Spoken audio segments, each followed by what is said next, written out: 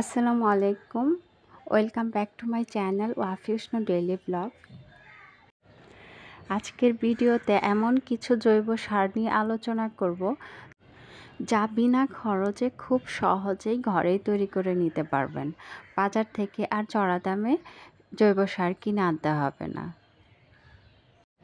আমাদের ঘরে থাকা কিচেন ওয়েস্ট ব্যবহার করেই বাড়িতেই আমরা বস্তায় বস্তায় জৈব সার তৈরি করে নিতে পারি।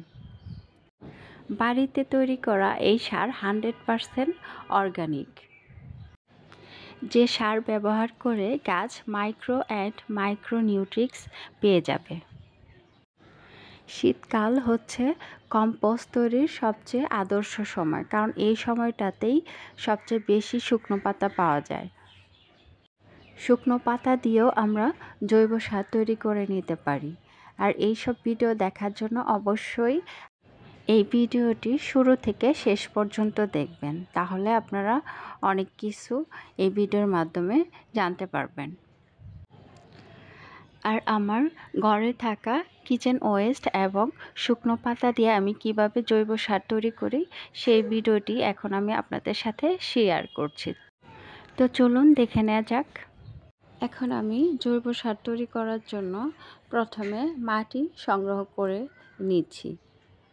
আমার কাছে মাটি ছিল না, তাই চিন্তা করলাম ছাদে এই শ্যাওলাগুলি পড়ে আছে, এগুলি থেকে আমি জৈব সার তৈরি করব। প্রথমে আমি ছাদ থেকে এই শ্যাওলাগুলি গুছিয়ে নিচ্ছি এবং এর মধ্যে থেকে আমি ইটের খোয়াগুলি বেছে ফেলে দিচ্ছি।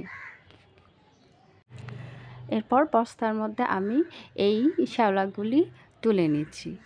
এরপর এখানে আমি পলিতে জমানো ছিল অনেকগুলি কিচেন ওয়েস্ট, এগুলি আস্তে আস্তে এই শ্যাওলাগুলির উপরে দিয়ে দিচ্ছি।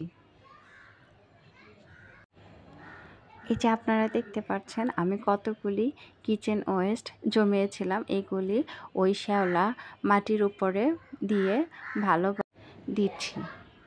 এরপর এই সবজিগুলির উপরে আমি আবারও কিছু মাটি দিয়ে দিচ্ছি। তবে খেয়াল রাখতে হবে, প্রথমে মাটি দিবেন, এরপরে সবজি দিবেন, তারপর আবারও মাটি দিবেন, তারপর আবারও সবজি দিবেন, তাহলে সবজিগুলি পচতে সুবিধা হবে। এখন আমি এই মাটির উপরে কিছু শুকনো পাতা অ্যাড করব। তাই কিছু শুকনো পাতা আমি এখানে গুছিয়ে রেখেছিলাম, এগুলিও মাটির উপর দিয়ে দিচ্ছি। আপনারা দেখতে পাচ্ছেন এগুলি দিয়ে ভালোভাবে চাপ দিয়ে মাটির উপরে দিয়ে দিচ্ছি। এরপর শুকনো পাতাগুলি দেয়া হলে আমি এর উপর আবারও কিছু মাটি দিব, যাতে শুকনো পাতাগুলি খুব সহজে এই পচা সবজি এবং মাটির সাথে মিশে যায়।